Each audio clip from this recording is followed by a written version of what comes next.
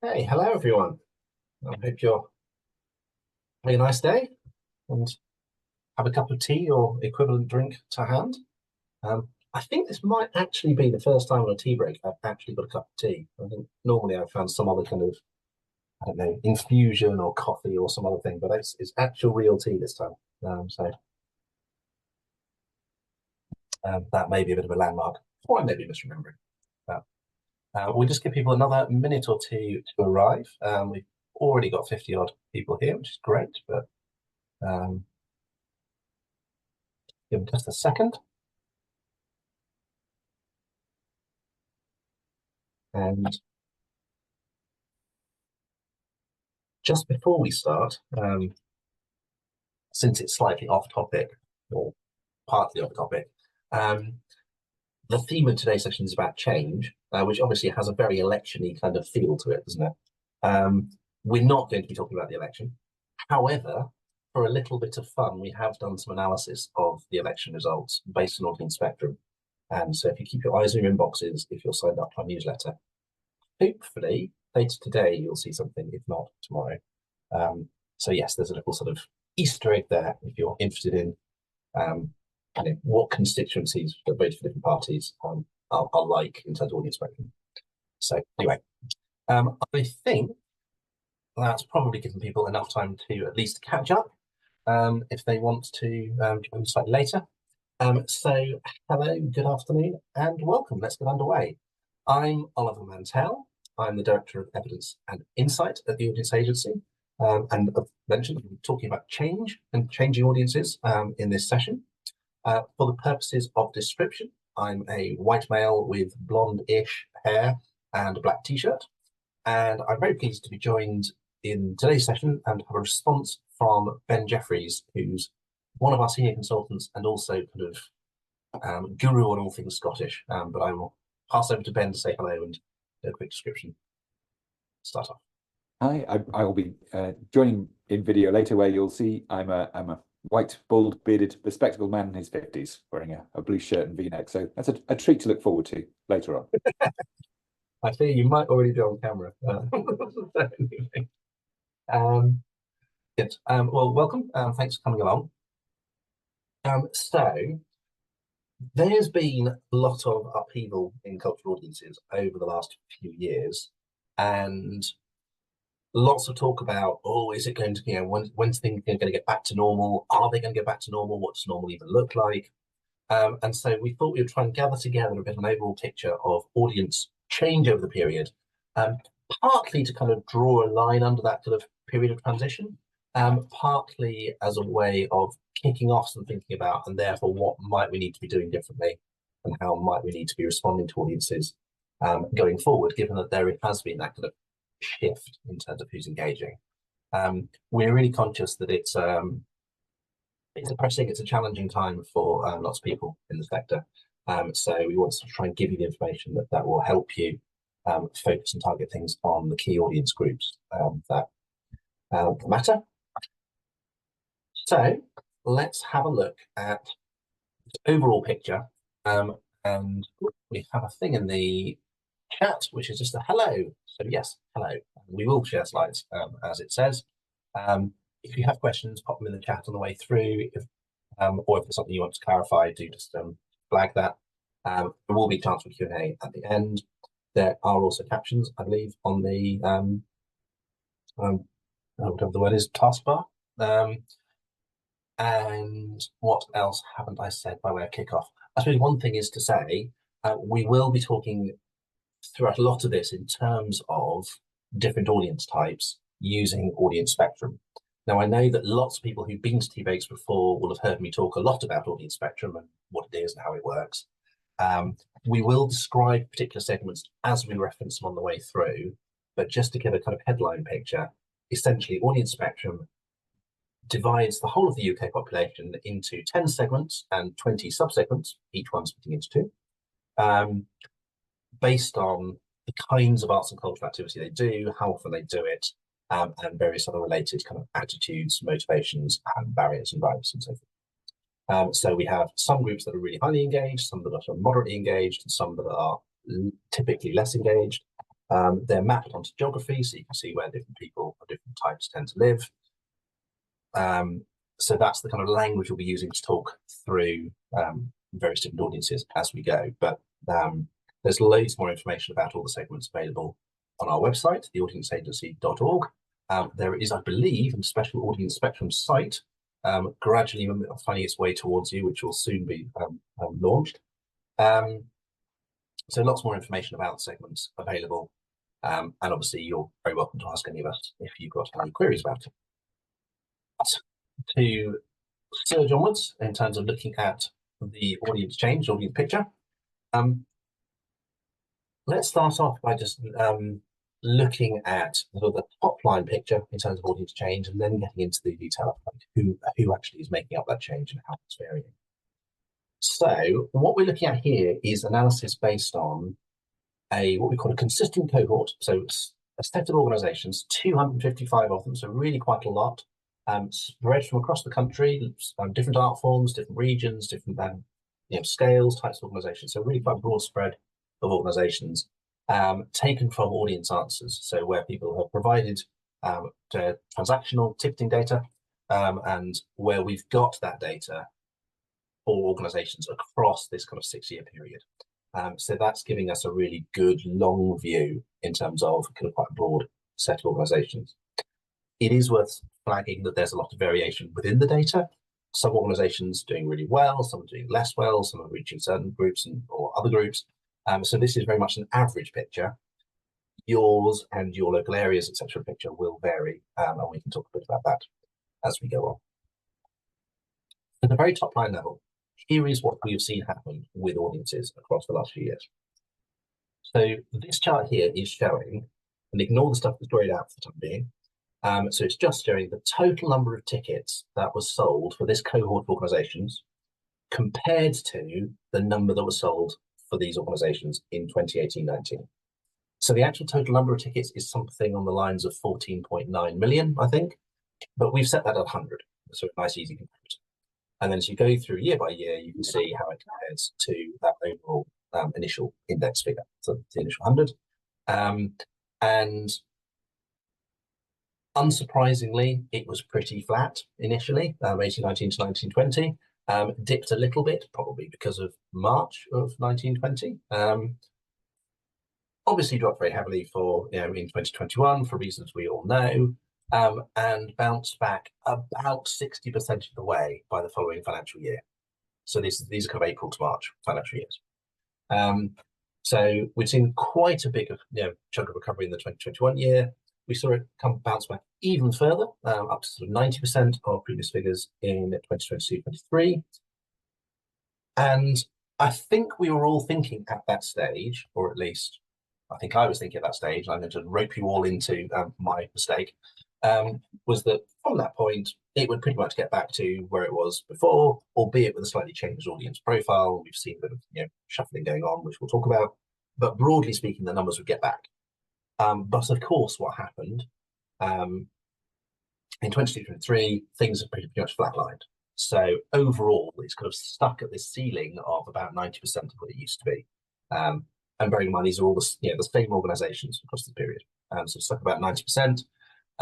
And net result of that is, it's probably driven by things like cost of living, by some changes in people's behavior and habits and routines, and various other pressures that we talked about a bit at the AMA last week. We did a presentation relating to some of this information, but it's things like people's worlds having got a little bit smaller. People don't travel as far, they don't see as many different people, are just a little bit cagier in terms of what they're going to see. And it's partly cost of living, but it's not only that. So that's the overall picture. Lurking behind this picture is a whole load of variety. I've mentioned the variety by organizations, but we're going to focus here on variety by audience type and how different audiences are behaving. So this is where all of these sort of grayed out segments will successively come to life. So here we've got the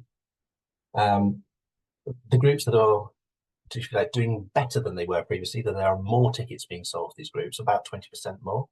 And we see that it's frontline families, trips and treats, so two segments that are have higher than average proportions of families in them, that may be on the more financially pressed side of things, particularly frontline families, but quite motivated and driven by doing stuff with children. And so you can see that, you know, people will particularly make an effort to go out and do stuff with children.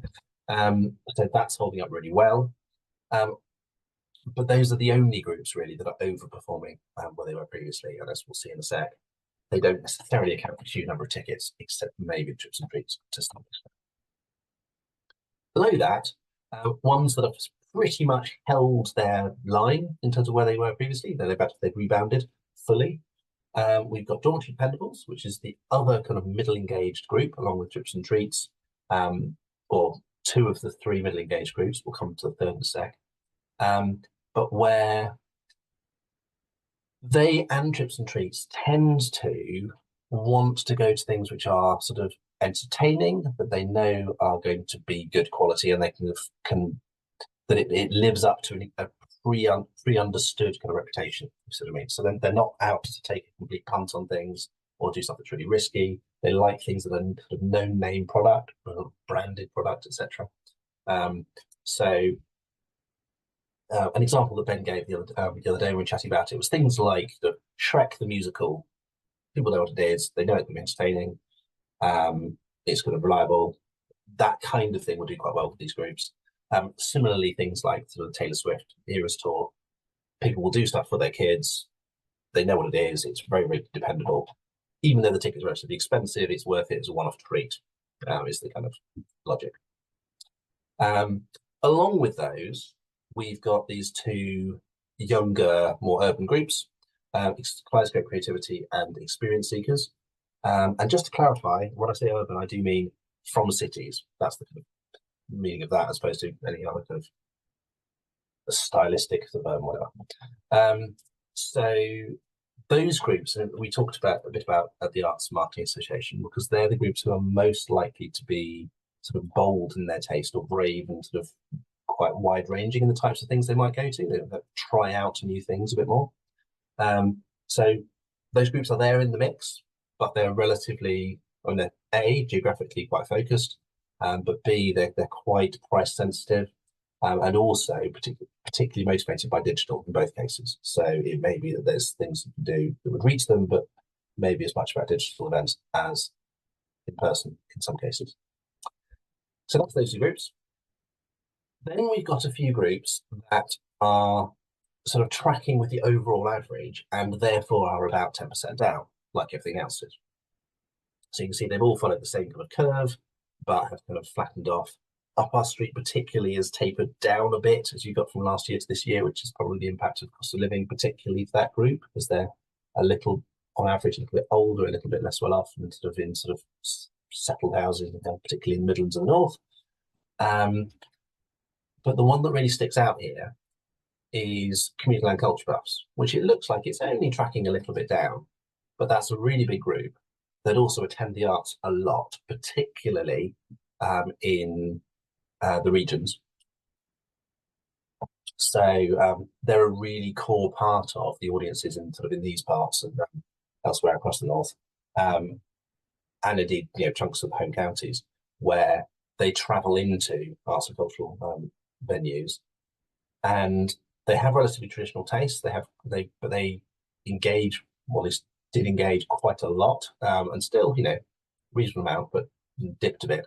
And but that little dip has resulted in quite a big drop in actual, you know, tickets and engagement. So they're a really, really key group. And then finally, we have two other groups which tend to be a bit older. So we've got supported communities, but then also home and heritage. Home and heritage really is the one that catches the eye here. We'll see there's a bit of complexity in the picture for supported communities in a sec, and we look at the breakdowns in more detail. But for home and heritage, you can see it's a really steep drop, really kind of quite a big drop off.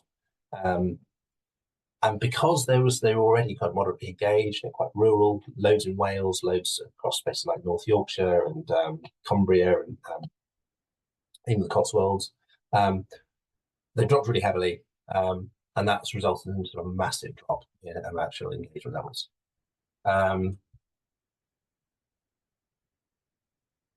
Just checking what's going on the chat there.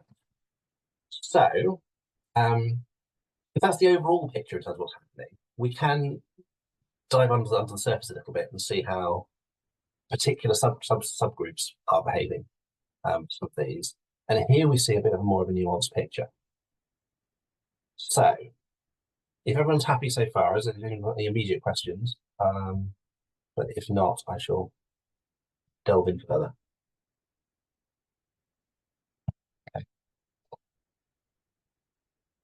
So this is going the same graph, but just split out a little bit differently. So you're seeing the same kind of picture, but here you can see the trips and treats lines split out into T1 and T2 subgroups. So we've got the little summaries of the subgroups on the side and the top here.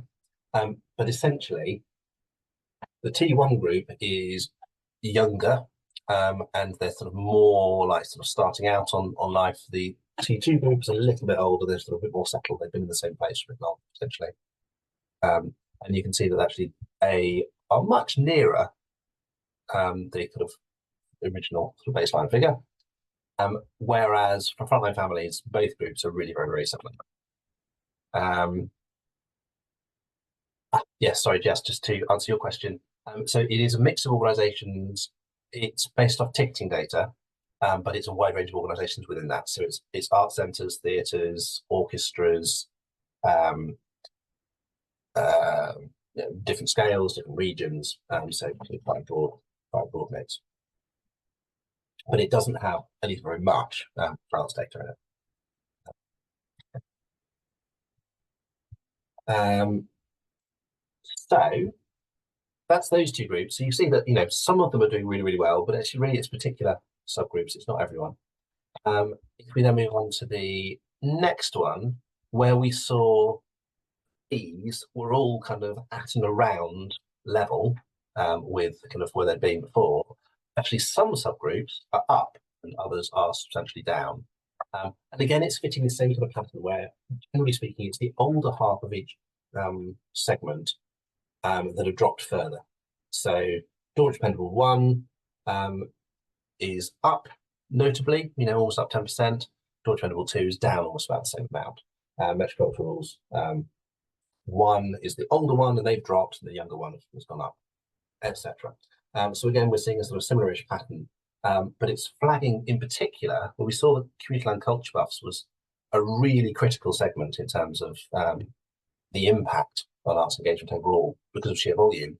We can see from this that actually it's not just them in general; it's the particular subsegment of the kind of we'll describe it here as wealthy empty nesters with comfortable lifestyles in more rural areas. So again, it's same with Haven Heritage being more rural areas. It's the community land culture buffs that are more rural tend to be sort of blind houses further out, potentially kids have fled the nest. And they've dropped really very substantially. So again, if you're looking at your audiences and your audience profile, maybe you've got information in audience answers you're looking at, or indeed separate profiling, and you see, oh, we've got loads of community land culture buffs. A really key question becomes, yes, but which type? No, you really haven't depended on C1 or on C2. Okay. So here we have a similar kind of thing going on with the experience seekers and close-group creativity. So I'm not going to labour the point, except to flag that the subsegments we said were most adventurous in terms of the types of things they do, you know, kind of more likely to take risks, try stuff out. Other ones who are younger are also the ones who are engaged a bit more. And so that's worth bearing in mind. And in fact, for experience seekers, interestingly, the group that has a fair number of families in the E1 group, nonetheless dipped. So we've seen families doing well really in general, but the experience seekers maybe a bit soft. And then finally, and this is where we see a particularly dramatic split in between the subsegments. So home and heritage, it's bad news all the way. Both subsegments are doing the same thing. It's all very, very low. But supported communities have two very different subsegments that, although the group overall is relatively, one of the oldest groups, there is actually one of the two subsegments is young. It's quite distinctively young, sort of young and hard pressed, and and they are holding up at previous levels. I mean, they weren't attending huge amounts previously, but nonetheless, they're back at that level. It's the other group that are dropping a lot. So again, worth noting that again within that segment, there's a lot of difference. And the other one, which is intriguing, which I feel like we need to delve into more, and I would love anyone's thoughts and suggestions on what might be driving this. But up our street is the only one of the segments that have flipped, and the one that has gone down more tends to be sort of the middle-aged one as opposed to the older group. So what I think is going on is that we're talking about a group where if they're in the middle-aged group, not the older group, some of these groups will, for example, have mortgages and so be particularly acutely hit by cost of living, plus also the impact of cost of living in terms of rising mortgage costs. So that might be hitting this group particularly hard in the middle-aged groups. So that's probably why they've come down a bit further. But any other thoughts and suggestions, gratefully received. But nonetheless, you do see there's again quite a gap in terms of that particular subsegment. So overall, what we're seeing is still in a broad picture, most of them are sort of going up and flattening off or tapering down a bit in this last year. But within that, there's quite a variety, both by segment overall, but actually even within the segments, you see these quite big gaps emerging. So, what does it mean? So what we're seeing is, broadly speaking, family segments going up, middle-aged groups, some of the older and more traditional groups dropping a bit, younger urban-based groups holding up. Generally speaking, as a kind of aggregate trend, and that's probably switching the kind of range of product and types of events that people are particularly likely to be going to and or interested in future.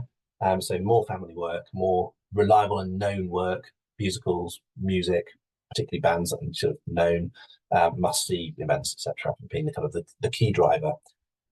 Things which are more like a kind of, and I don't mean this in a bad way, but kind of more run-of-the-mill, good quality, traditional fare. So the example we often reach to is things like, which I love very dearly, but things like Haydn string quartets. You know, they're wonderful. There's lots of them. There's lots of events that contain them. It makes it harder for that to be a kind of like, oh, well, you have to see this one now because you'll never have a chance to see them again. And also it's appealing to that kind of slightly older audience. So one thing I'm really conscious of is that where I've been talking so far, I've been talking about the relative change of particular segments. So this segment is up, this segment is down, but of course, the segments attend at very different levels. So a big segment or a high attending segment being down makes much more difference than a low attending segment being down the same amount. So this is just trying to put some actual kind of concrete numbers on the picture. I'll just quickly check the chat. Yes. So just picking up these comments, there might be middle-aged people who work from home and less likely to travel into town on the evenings. Yes, I think that's possibly true, although the up our street are less likely to be working from home than some of the other segments. So lots of the experience seeker one group are working from home, for example. Also, more middle-aged people supporting children at uni. Yes, that would still be a factor, but how much it's changed in the last few years, I don't know. But certainly elderly parents recovering from the pandemic, that's definitely, yeah, that's going to be a factor. Liz, I'd say the cost of living has an impact on the U1. Mortgage, yes, but an overall cost of living increase in the households, and they're more likely running 2+ cars, fair point, which obviously fuel costs spiked, and uni fees and so forth. More caring responsibilities. And we have seen caring responsibilities in general have kind of increased across the population, and that's quite a sort of driver of lower engagement. Yeah, so yes, I think that's all good points. So yeah, we can see there's quite a complex range of factors that are driving this picture. But overall, I just wanted to flag really that if we said it's about 14 million tickets here, 750,000 drop in home and heritage, that's a really kind of huge decrease. And effectively, if that single segment had held steady, the overall picture would be neutral. Some are up, some are down. But community-led culture buffs, again, is really big drop. I think since we looked at this previously, the relative importance of home heritage has become more pronounced, because community-led culture buffs are kind of edging back a little bit more towards previous levels. But worth noting, there are some substantial increases, particularly trips and treats, where you've got, a third of a million. So I'm aware that I've been chatting a lot, and you want to hear from Ben because he's an expert. So I will just briefly gloss over what I think the implications might be, and then hand over to him to unpack that a bit more. So one thing I think is just, if different people are engaging, we just need to bear that in mind in terms of expectations of our strategy. But of course, this is very much an aggregate picture. It's 255 organisations, so your organisation may well be different. So check what's going on for your particular audience, organisation. And I've included the little formula I've used, which is very, very simple, in the next slide. But also look at your local area. Are there lots of certain groups? Are there lots of people in trips and treats who've been growing that you are not currently engaging? That could be a real opportunity. There's free mapping on our website to look at that kind of information. If there are groups that have dropped off, you probably want to decide really sort of, not quite once and for all, but quite determinedly, are they coming back? And if so, what can you do about it? And if they're not, what do you need to do in response to that? Similarly, though, ones that are growing, how do you make sure you tailor the whole offer and the whole experience and the whole customer journey to really meet their needs? And I'm going to glide past any more detail on that because I've talked too much already. I will just touch on a little example here. So this is all taken from the free mapping, with a little reference there on the side if you want to try your own. But this is looking just at Sheffield for the sake of argument, and saying, well, if we're seeing more trips and treats relative to home and heritage and community-led culture buffs, these are the areas where the trips and treats tend to live. So many more out, for example, southeast towards Anston and out towards Nottinghamshire. And there are fewer skewed out southwest towards the edge of the Peak District. So home and heritage, community-led culture buffs there. So that might suggest a bit of a shift in who's coming, but also where you might want to promote things or organisation to partner with, or a whole host of other practical things. We can help with this. Lots of free information, that mapping I talked about, descriptions of the spectrum segments and what they're interested in, what channels they like, what messages they respond to, and so forth. And a free webinar coming up in a couple of weeks on data-driven marketing campaigns, which obviously is part of the picture about getting responsive to these audiences. But also, if you want to get into more detail about, well, who are my audience, what's my local area like, what can I do about tracking and responding to particular audience groups, you can find out about your area from population profile reports. You can find out about your own audience from audience answers. I've set the essentials, which is the lower cost version of that. But there's a whole load of information there. If it was segment-based reporting, you can get profiling of particular audience groups. But you can also tag literally every individual record in your box office system if you have one, which can give you, let you basically run any query you like against your own data based on audience spectrum, which can be really, really handy for change and churn and all sorts of things. And then just wider support in terms of helping you understand it, helping you to find out what audiences think and want to do about it. Whew. So plenty there. I'm happy to talk about loads of that more another time, but I will hand over to Ben. So you've heard enough from me. Thanks, Ollie. I'll quickly skip through, just still alarmed at being described as an expert. I think I've been working at the agency full-time for a year, and prior to that I was doing what lots of you were doing. I was working in marketing comms development, in producing theatres and concert halls and places that issued tickets. So I've been trying to respond to these sorts of changes in marketing role if we've seen them come through.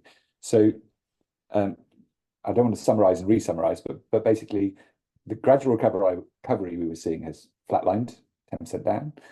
A huge spine of traditional performing arts attendance are down. People were lied on, still there, but down. And they tend to be the more traditional, the rural, the older segments, and the younger audience and families are up, or at least less down. So I am seeing something of we were getting into detail to all the ends, and I just wanted to zoom out and see what I'm seeing is something of a generational divide. And while I'm not a massive fan of generational segmentation, I think there is a reason to look at this in those terms. Do boomers have less boom? And is this a COVID impact that's hanging on and changed habits, maybe, and we've tracked some of that in the CPM, which you can look at. Is it cost of living, perhaps, but not consistent? There's some well off down, some less well off up. What I think it is doing, what we are seeing, and it's nice to sense into a trend when you're like, what's going on, is it's accelerating a trend that was there already. So this is not my idea. In 2017, our CEO, Anne Trigiani, wrote about bridging the generation gap in arts professional, and that if you have a subscription, that's still there to read. And she was looking at patterns then in arts engagement to help predict what audience we could be reaching in 10 years.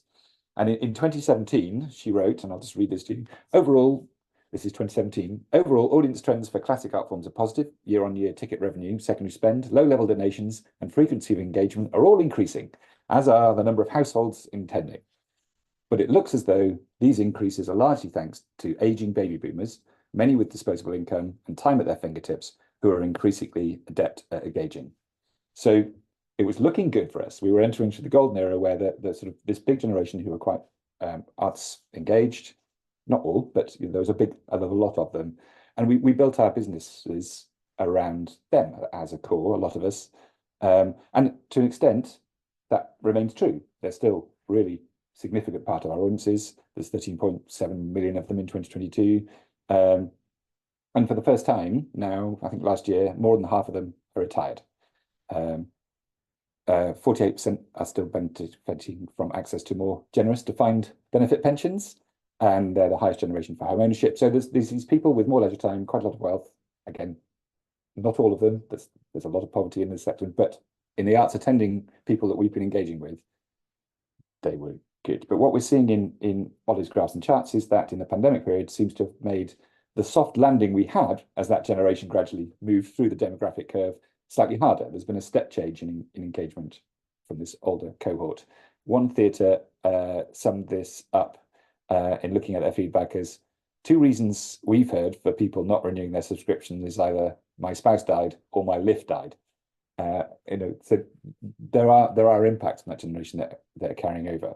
So we're going to have to move, and we need to know what subsequent generations want. And in good news, millennials and Gen Z seem to share they do share high levels of tertiary education, the highest ever, which is traditionally a predictor of arts engagement. They're generally more liberal, more civically minded, more curious about diverse content. They should have a natural affinity with arts and culture. They're also seem very keen to introduce their children to arts and culture, which is good, but they don't behave in the same way. So there's not the same respect for the historical canon. They have high expectations that their needs will be anticipated and services personalized. They expect a level of interactivity, which perhaps we have had a one size fits all because we've had this one big audience. For them, I think paying in advance for creative content is probably not the norm. So there's these changes that are coming through. And from the generations behind them, we're looking at generations who may not have been to a theatre, the school may not have taken them, they may not have been offered an arts degree, and if they did, they were advised not to do it. We can see there's issues there as we go through those generations that we will need to look for and address. It seems to be more true as we move through those generations that the expectation to sit still and be quiet for 2.5 hours is less likely to be appealing. And I think we're seeing this a little bit. Things like opera, like classical music, like plays are losing appeal quicker in those, or have lost appeal quicker in those groups than musical theatre, which seems to be retaining an appeal. And that's difficult to judge. And some of those thoughts are from America rather than from our data, but looking at those trends. So what do we do? I think for me, one is work together, especially on campaigns for arts and education, but I think there's other ways we can potentially work together. The second is to realize I don't think this is going to be fixed in promotion. So while we are moving to social media, and I think we need to do that, absolutely, that's not going to fix it. Telling people about the same old stuff we're doing in new ways is not going to be enough. It's just part of the picture. We'll likely need to fix the product or move the product, the whole experience and customer journey. And how you do that will absolutely depend on you. So what Ali was saying towards the end there, do look at your demographics, do look at your audience. Are you seeing this tailing off or are you up? Maybe you're feeling this decline that we're seeing in the national picture, or maybe you're not. And it's a risk to make changes. If your income is coming from a developed audience, to have to build a new one quicker than you thought at the same time as supporting the old one is a tricky thing to do. I'm sort of in Edinburgh. Our population is growing with relatively wealthy retirees. So one response might be, double down on traditional approaches, ride the boomer wave, then sort of bail out and rebrand at the end in 15, 20 years' time. And that sounds flippant, but the next 5 years look pretty tough. It's a good time to avoid risk if you can. We've had no additional investment in the arts, continued austerity looks likely. These traditional tenders are the safest bet. If you've got them and they love you, why change now at the most dangerous time? Especially as the older audience are significantly more likely to be donors. And we are, nice way to put this, entering into a golden era of legacy donation from this group with sustained wealth.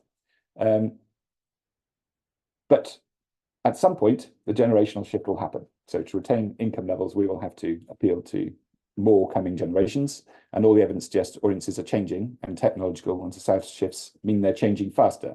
So even if you wait till they're older, 50-year-olds in 2040 will not be looking for the same experience as 50-year-olds now. So how we adjust to that will depend very much on your circumstances, but we are going to need to adjust. We can't just wait for normal to return. And hopefully that's not too much chat from me, but I'm happy to do Q&As. No, that's great. Thank you very much. Right. And I think, that's a big strategic question of who do you focus on, when do you focus on them, how do you play through that focus right through everything you do, I think is the big one, really, in terms of organisations. And we are seeing there are some opportunities, but they're in a quite tricky environment. Yeah, I think picking a few segments and focusing and listening closely and trying small experiments and making adjustments around the audio experience, because we are seeing emerging clashes between generations around content warnings, around the use of mobile phones, all sorts of small ways. But there'll be lots of ways that the change towards a new generation can be off-putting to the old. I often wonder, as we all move our spend from print to digital, are there people out there, older people who aren't as digital, who are just not hearing about our programs? That we don't, and how are we tracking that? So yes, we have to. I think where we've got used to behaving in a certain way because we've had this bulk audience, we're going to have to listen a lot more closely and focus on the segments where there's potential. Yeah, sorry. No, and I think the whole variation thing is very, very helpful. Does anyone have any particular questions in terms of clarification or comments or in terms of their experience? Because we have flagged that your experience might be quite different and might be very particular to the art forms or sectors. So we would love to hear your insights as well.